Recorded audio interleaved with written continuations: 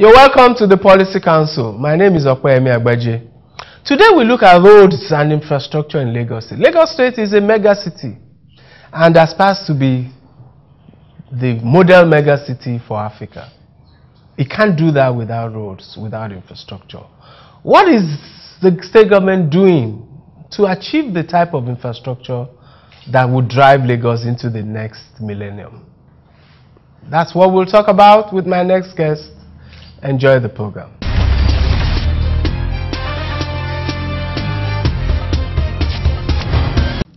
You're welcome back to the Policy Council. My guest today has an intimidating profile, even if he was recruiting for the job of CEO of a major conglomerate. BSc and MSc in engineering from the University of Ibadan, a PhD in systems process engineering from Cranfield University in the UK, extensive work experience in the finance sector in the United States, spanning companies like Compaq, Citibank, Merrill Lynch, Morgan Stanley. He's been two-time commissioner, first for science and technology, and now for works and infrastructure. Honorable Obafemi Hamzat, you're welcome to the Policy Council. Good morning. Thank you for having me. Now, let me start by asking, why would someone with your qualifications and experience, arguably on track to be CEO of a major company, even global company, why did you decide first to come back to Nigeria and then to work in government? Thank you very much. Well, I was with Morgan Stanley. I rose to become an executive director, and I realized that that is the peak for me, really, in terms of what I can do. I mean, there are limitations. It's not my country, and it's a good country, no doubt about it, but there's limitation. And I was just thirsty for coming home. I've gained a lot of experience. As you know, Morgan Stanley happens to be one of the best top 5 automated investment bank on the street, even among their colleagues. And I was part of that. I was happy to be part of that. And I just thought, if we have this in Nigeria, 50% of it, I think things can move. So I started looking around, and at that time, for some reason, there was a presentation to the governor of the state then, Asiwaju Bola Ahmed Tinubu, and I was part of the presentation. And after that, he called me and said, "Where are you from?" I said, "I'm from Lagos." He said, "Who are you?" I said, and interestingly, he knows my dad. And he said, why are you still here? You need to come home. And I said, "Well, okay, to do what?" And so I started adulting and applied to Ohando then, applied to Oceanic Bank then, and I think MTN. And ultimately I settled for Ohando, and like they said, the rest is history. And then after Ohando, you became Commissioner for Science and Technology. How was that role? Give me one insight or one experience while Commissioner for Science and Technology that you think you still remember. Well, I think for me, the most important is the implementation of the ERP. Which is the Oracle implementation in Lagos. A lot of people don't understand. Across the world, the implementation of ERP, which is Enterprise Resource Planning Software, which is Oracle, SAP, and so on, is only about 12% successful across the world. So successful meaning within budget and on time. Across the world, companies have failed. Nike started implementing ERP, they spent $17 million and they cancelled. So for a state like Lagos to actually implement a government, that was impressive for me. And the utilization, and you were in charge at that time? I was part of it. I came in. It had started before I came in, and then I saw it to completion. And for me, that was a huge achievement for a state government to be able to automate almost all the processes. The challenge was, how do we get people to start to use it and change the mindset from the paper. And that was huge. Yes, when you talk to Lagos State civil servants, they'll say, "Orekulo." For them, at that time, at the beginning, it seemed almost like some strange phenomenon that was coming in. But the change has... All the change has taken on. There has been many other things that we've done, electronic document management, which is in LANS now. So all our CFOs, everything is online. People can see it and check it. We are automating the issuance of CFO. So His Excellency, the governor, can, with a button and with his fingerprint, can just sign these things automatically. And that will come on very soon. So it's almost completed. So we've done a lot in terms of automation. One of our challenges actually to make sure that we don't put too much automation for people also. Because change management is also key. And I realize that we've done a lot. So we are slowing down. Let people absorb everything so that this populace can actually get the benefit of that automation. Okay, my guest, Honorable Obafemi Hamzat, Commissioner for Science and Technology. Let's take a short break and then I'll talk to him about his current portfolio, works and infrastructure. We'll be right back.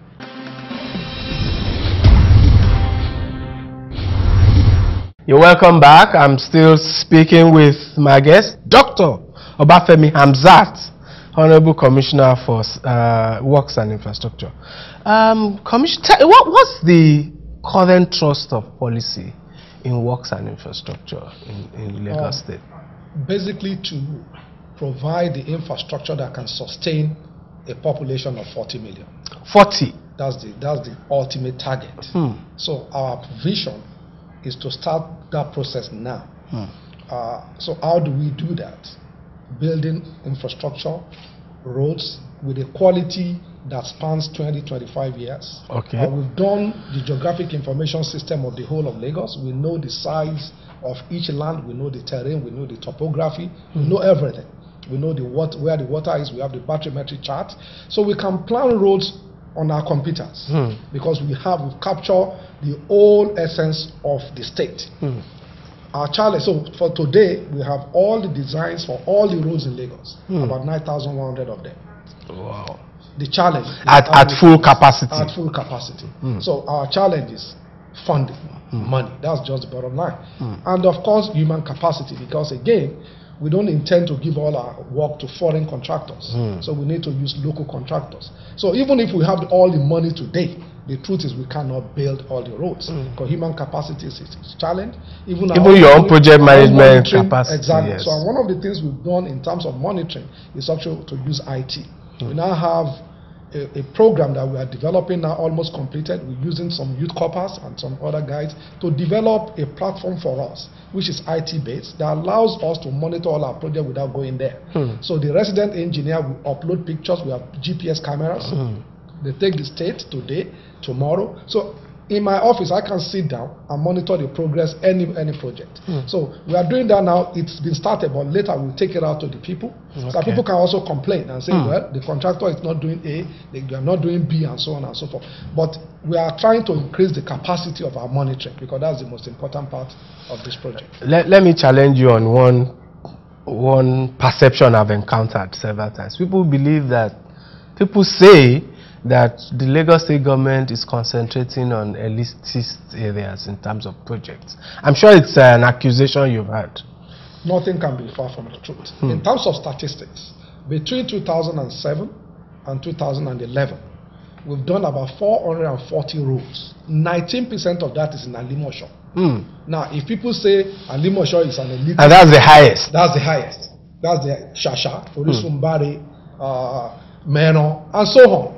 Old Daughter, Abari Road, and so many that I can mention. So 19% is in that, and the reason is simple. We realize that in the past 4 years, in terms of building, the approval rate in Alimosho is 44% of the whole state. Wow. So it seems people are moving there, and therefore it is important for us to actually go there and start to build the infrastructure. So 19%. Now, I can mention everywhere. In Ifakojayi, for example, we are building a bridge between Abiola and Onijemo. Now, those are two communities separated by lagoon, a mini lagoon. So if you want to go to see your friend, you have to go around and go to College Road and the rest. And that's the essence of the congestion. We are building a 1.4 billion bridge there now, as I speak. It's been awarded. It's about 30% completed. So Isheri Oshun, in Ijegun, we are building a 10 billion naira bridge. Wow. In that place, 700 meters and another 320 meter bridges that will separate. The road is coming. So, in fact, in terms of quantum, what we have done in the so-called mass areas, area is in fact about 78%. So the truth of the matter is we must concentrate on Lagos. So Ikoyi is part of Lagos. Yes. We will not ignore it. If VI is part of Lagos, we will not ignore it. Surulere, Shomolu, and so. So there is not a single local government. Indeed, I've looked through this book, which shows projects by local governments. Yes. And it's actually amazing that maybe those of us who live in this so-called elitist areas should actually start protesting. Let's take a time out. I'll continue this particular point with Honorable Obafemi Hamzat. We'll be right back. My name is Onyema Kinzago. I live in Lagos where things are getting better every day. Our school has just been renovated and they give us free notebooks too. Going to school is easier and safer for students like me because I can cross the highway using the footbridge, and I use the BRT bus, which is fast, convenient and free for students like me. I enjoy looking at the beautiful streets on my way to school. And the many street signs tell me where exactly I am. When I get to Basic 12, the government will pay the fees for my GCE and NECO examinations. I am happy. My mom and dad says all these good things are happening because they pay their taxes. I hope to pay my taxes when I grow up and start working. Have you paid your tax? Pay your tax. It's your civic responsibility. It's your duty. It's the law.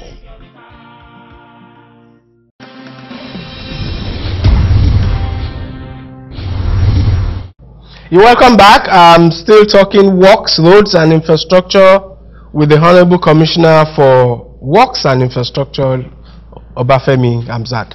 Now, at the end of the last session, you were making the point that, and this book profile, this is an impressive document. It's called Corporate Profile and Projects Dossier, Vision, Excellence through Prompt, Innovative, Responsive and Efficient Service Delivery.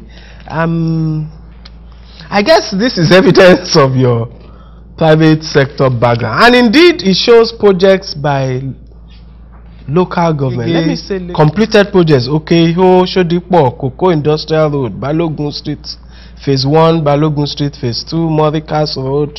I'm saying this so that Lagosians can send me a tweet or complain if they don't find any of these roads. Alimosho, very good.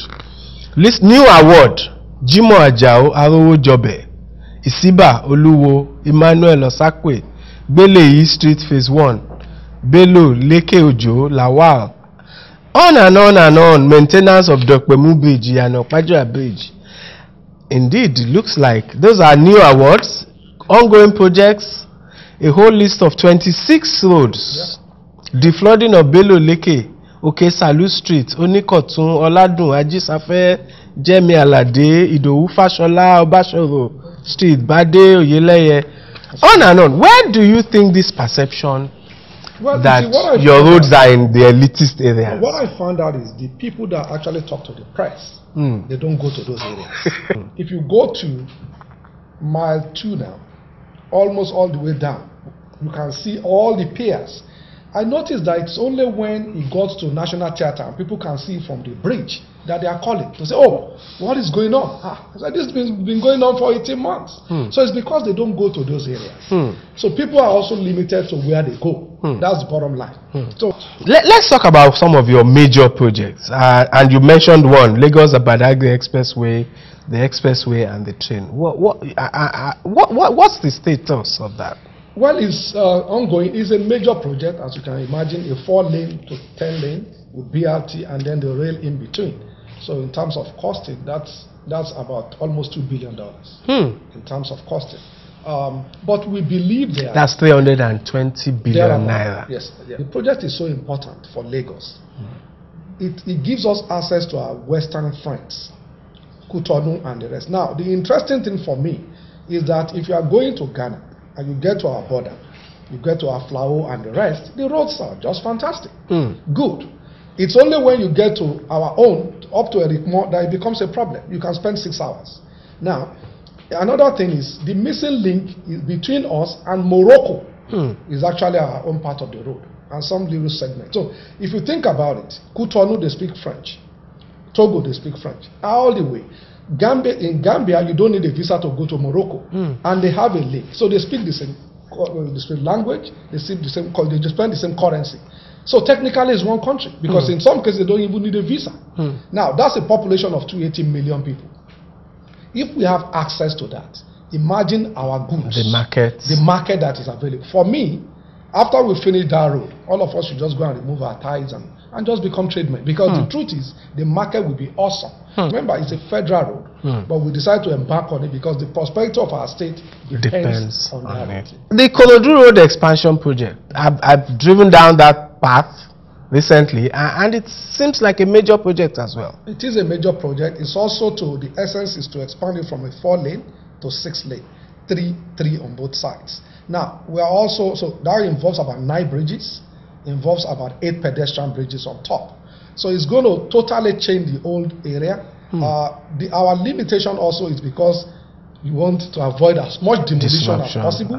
As a matter of fact, the community, we've heard about 5 or so stakeholder community. The people like the project. So people are already removing everything so that they said, look, if I have one old land in Ikorodu. Maybe I should go and do something about it. And inside the Ikorodu town as well. Inside the Ikorodu town, we are doing a lot of major roads. Ibeshe, for example, where the Comtex is. That complex is a 7-kilometer road, almost completed, dual carriage.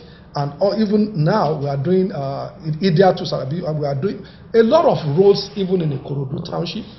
In 2013, we'll be taking a lot more, Ebuto Igbogo road and so on and so on. Really, there is no part of the state where we are not working. We thought that road is completed, the Lekki-Ikoyi link bridge. What's delaying the opening? Well, the 2 things. Basically, we are also testing the quality of the asphalt. So we want to make sure that the specification that we design is what we get. So that result came back last Friday and it's very good. Okay. So we want to make sure that all the tests are totally completed, and then before we give the sign off for the construction company Julius Berger to move on. Then 2, there will be restriction on the road on that bridge. So for example, all the articulate trucks cannot take it. So we are building a barrier so that a tanker cannot take it, a trailer cannot take that road, because it leads to residential community. We need to then slow people down, let them understand. So 50 meters to we are doing is taught. So we are working with the procurement now. When we finish that, in about hopefully 2 months or so, we open the road for people to use. Let me take a final time out, and I'll be back for the final segment with Honorable Obafemi Hamzat. We'll be right back.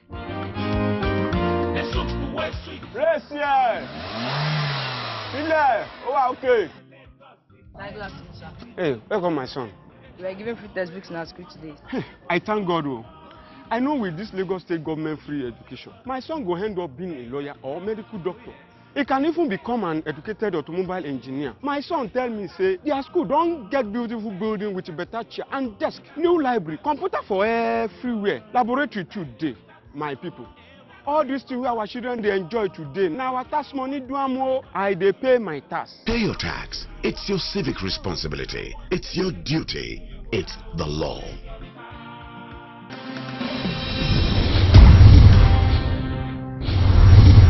We're right back on the Policy Council.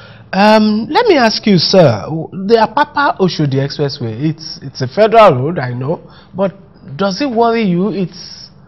There's a lot of complaint about that road. Yeah, I mean, it's extremely worrisome. And you recall that His Excellency then wrote to the President. We've done a lot of federal roads. We've done equivalent of about 59 billion naira on federal roads. And of course, we've not been reimbursed. But Apapa is so important. Unfortunately, it's under an award. It's awarded to a construction company. So, as a state, we cannot go now and award on a road that is already awarded. So, it's the funding. So, allocation of fund to the project. At the federal level. At the federal level. You know, the interesting thing is the Minister for Finance, National Planning, Works, and I think Transportation came. And I remember that, yes. So, go there and show that. You see, our challenge there is because of the port. The port, it takes about 30 minutes to process a truck. So they line up on the road. They just line up. So what we are saying is, why don't we get a dedicated area?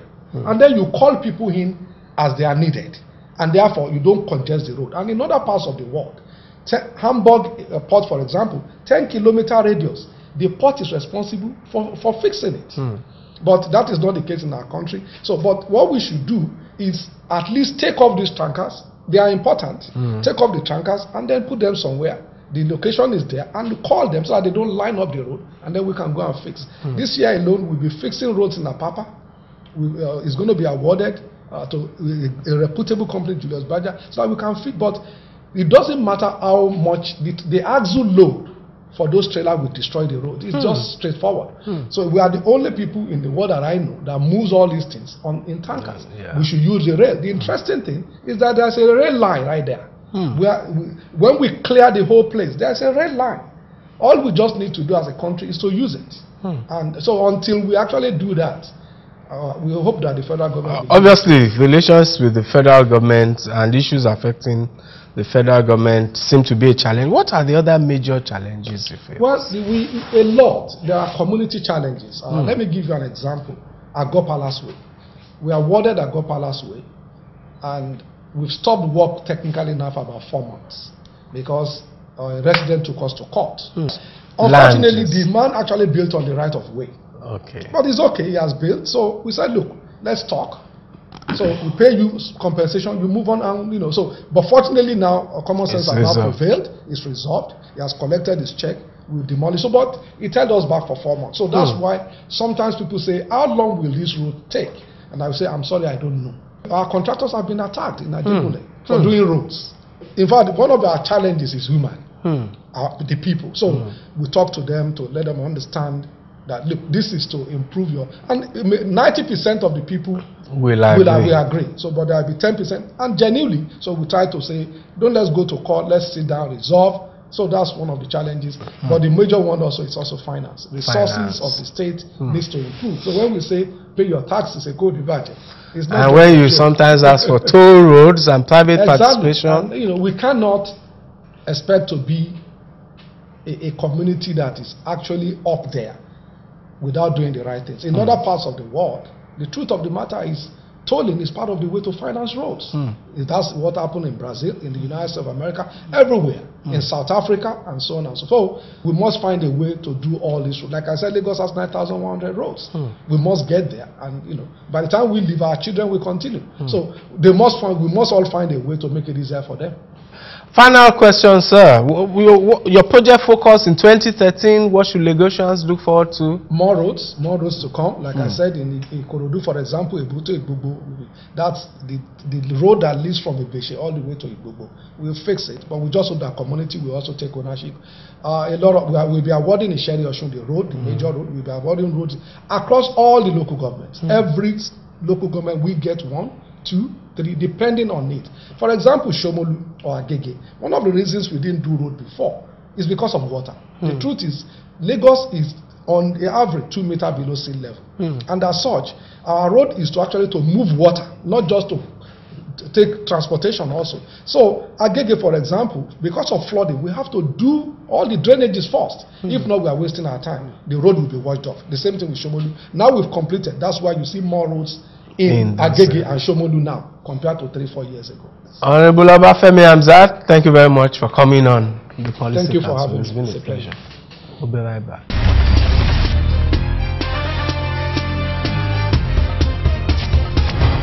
That was a heartwarming discussion about infrastructure and roads in Lagos State.